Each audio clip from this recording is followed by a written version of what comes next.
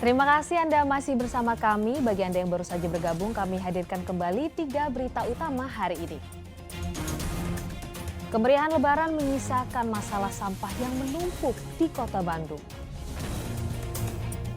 Majelis Ulama Indonesia Jawa Barat akan menelusuri informasi bahwa pelaku penembakan kantor MUI Pusat di Jakarta pernah nyantri di Bandung. Uji nyali mencoba Flying Fox di kawasan Situ Gunung Suspension Bridge di Kecamatan Kadudampit, Kabupaten Sukabumi sepanjang 730 meter.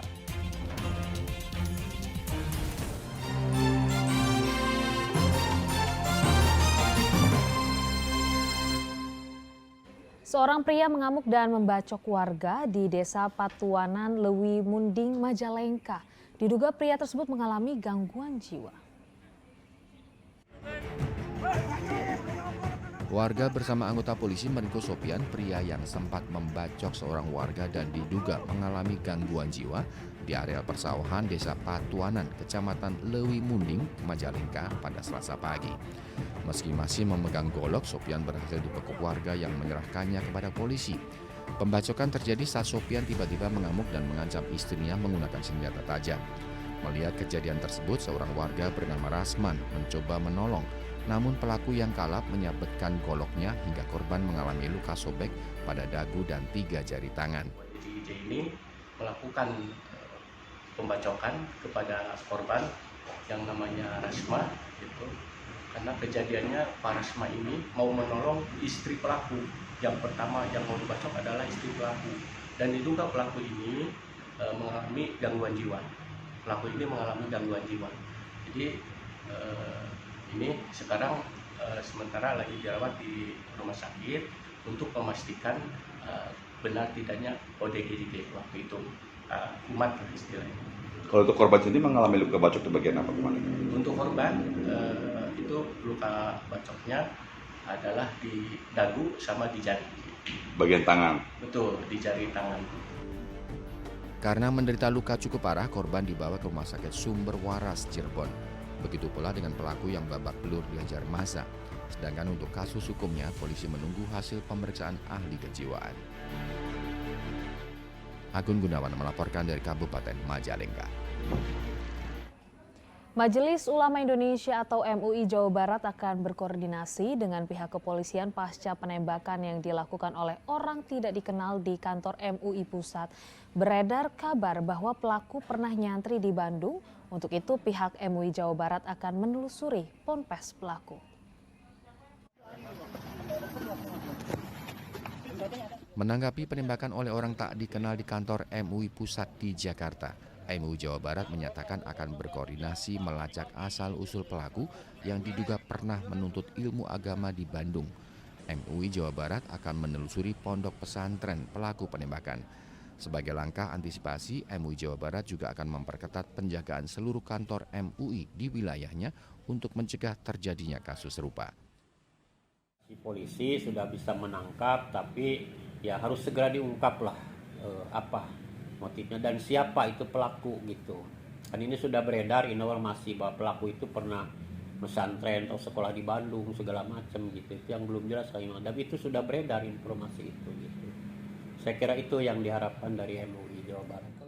Sedangkan pelaku penembakan yang melukai 2 karyawan kantor MUI Pusat tersebut dinyatakan meninggal dunia oleh polisi sesaat setelah ditangkap. Muhammad Rizal melaporkan dari Kota Bandung. Balita asal Jakarta yang hilang secara misterius saat mudik ke Subang tak kunjung ditemukan. Petugas SAR gabungan masih terus melakukan pencarian hingga hari Selasa.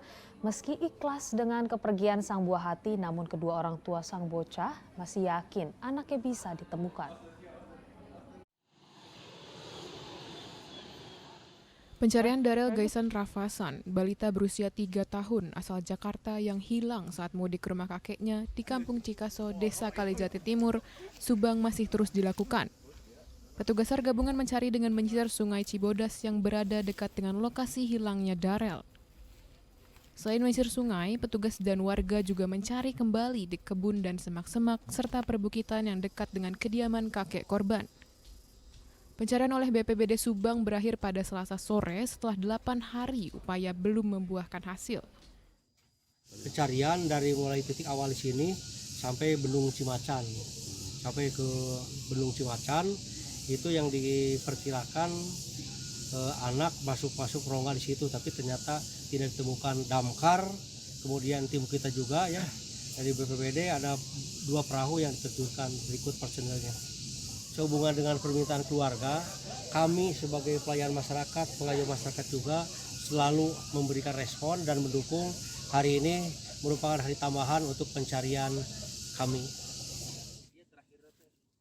Meski keluarga mengaku telah mengikhlaskan hilangnya korban, namun mereka tetap berharap adanya keajaiban anaknya dapat ditemukan dalam kondisi selamat.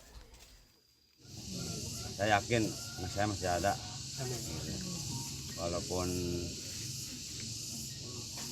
ditemukannya keadaan apapun kami siap menerimanya, kami redo, kami ikhlas.